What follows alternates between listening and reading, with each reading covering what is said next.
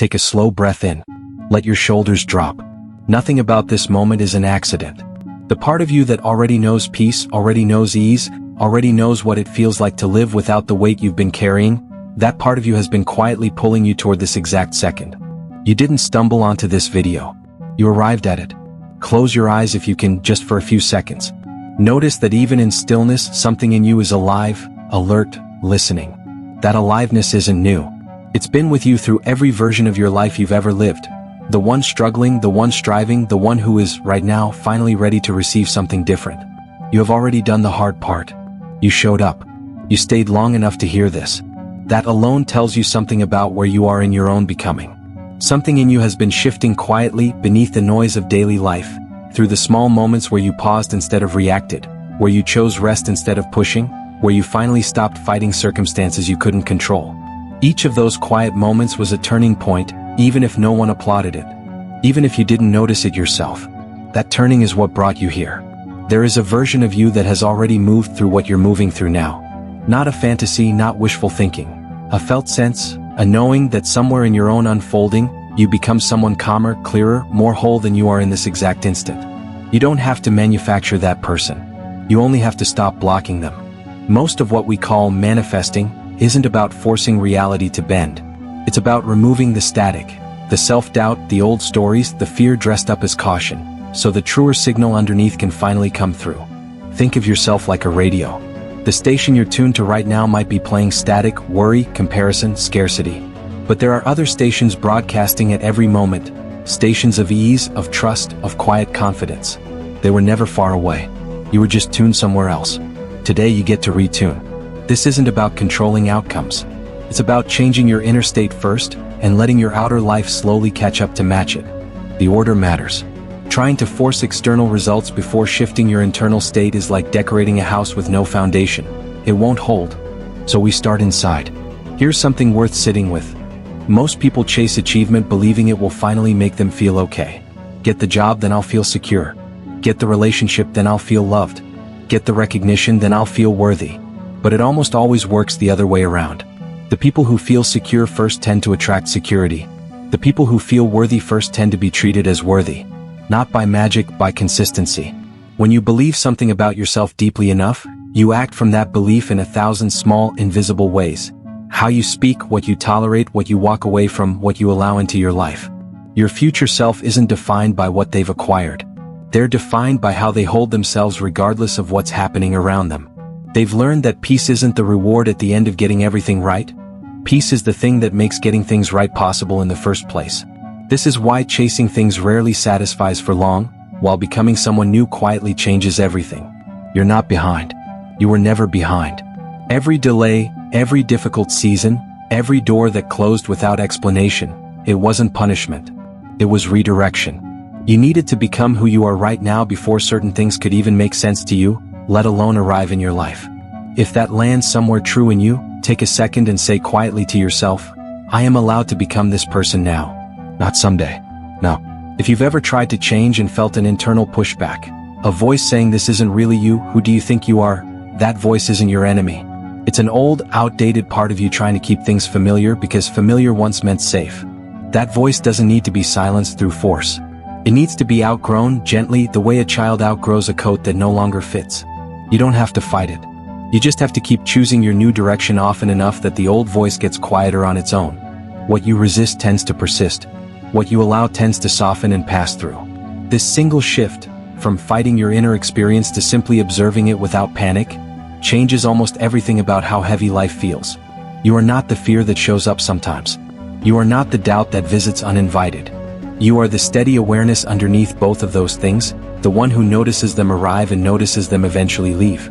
That awareness has never once been damaged, no matter what you've been through. It has only ever been waiting for you to remember it's there. Your future self still has hard days. Let's be honest about that. There is no version of being human that skips difficulty altogether. What changes isn't the presence of challenge. What changes is the question you ask when challenge shows up.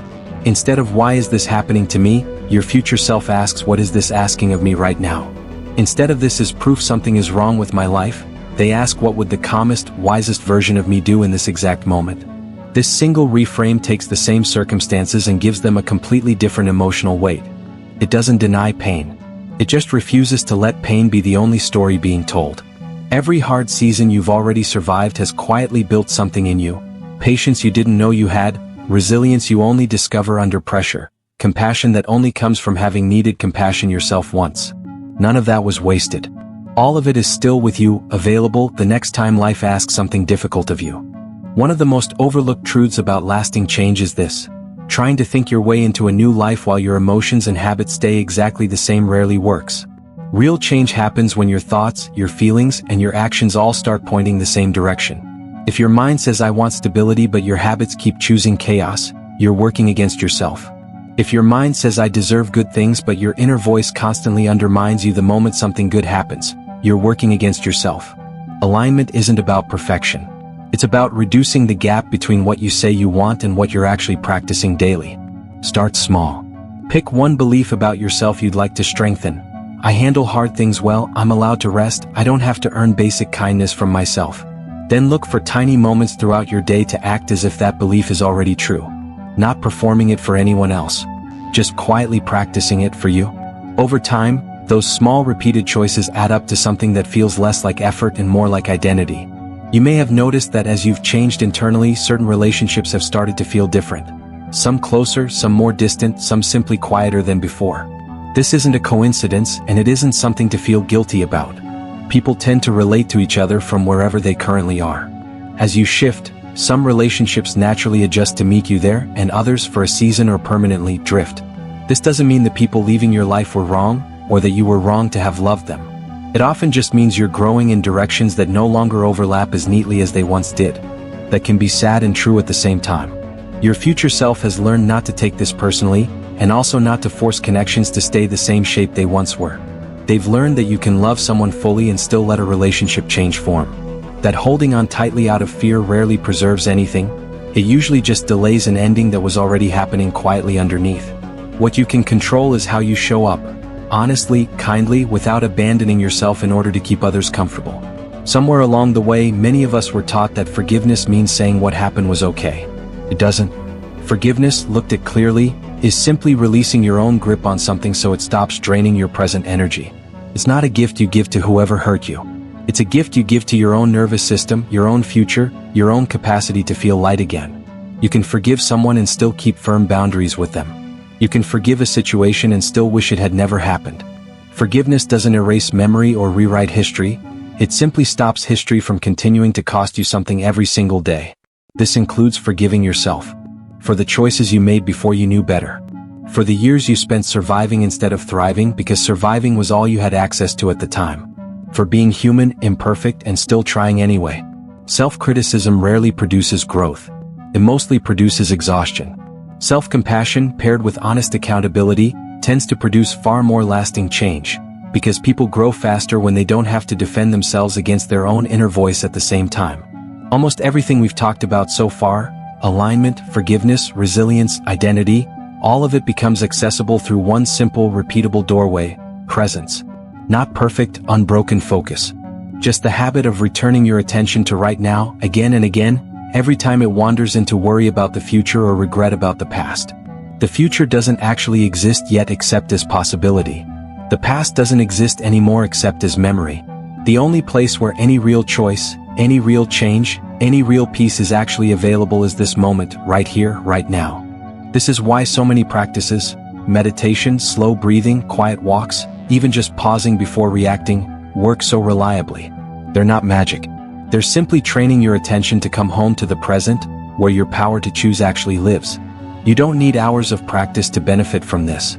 Even 30 seconds of fully arriving in your body, noticing your breath, noticing the room around you, can interrupt the spiral and return you to a steadier place.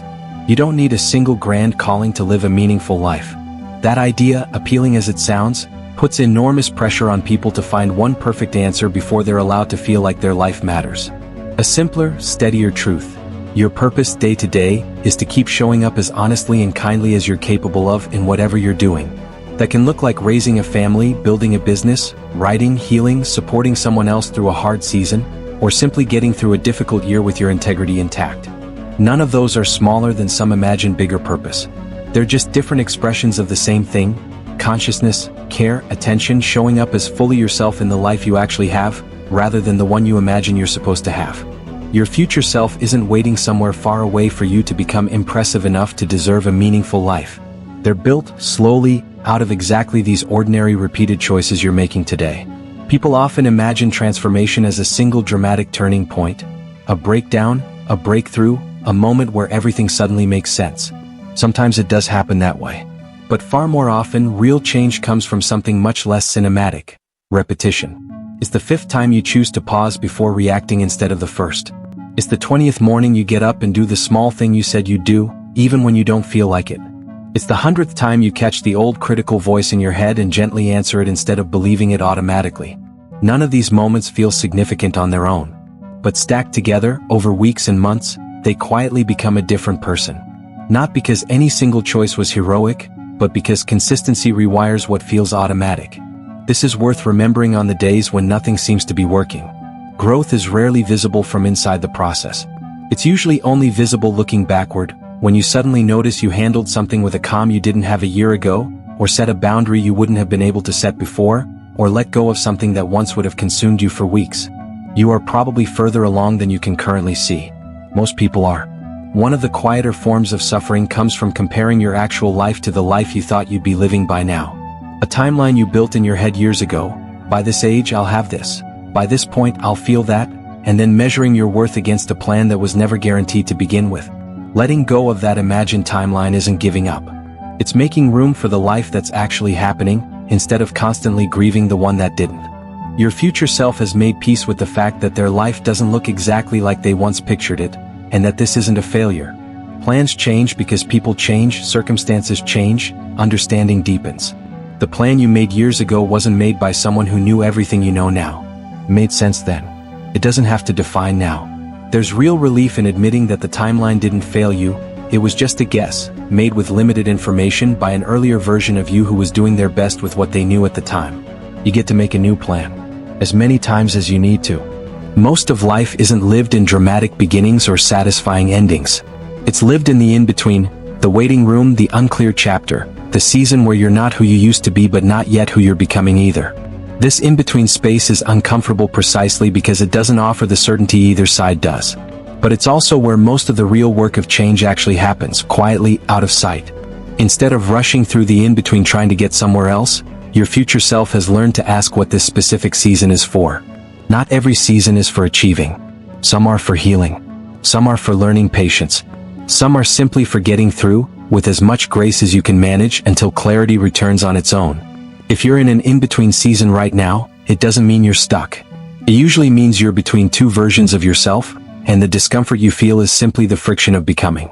None of what's been shared here requires you to believe in anything you're not ready to believe in. You don't need a particular worldview to benefit from slowing down, questioning old stories about your own worth, or choosing presence over worry a little more often than before. What matters most is simply this: the person you're becoming is built from the choices you make today, not from some perfect future moment when you'll finally feel ready. Readiness, more often than not, comes after you start, not before. So start small. Choose one idea from everything you've heard here that felt most true, and let it be the thing you practice this week. Not perfectly, just consistently enough to notice a difference. Whoever you're becoming, you're already on the way. You have been the whole time. If this was helpful, you're welcome to come back to it whenever you need a reset. Take care of yourself out there.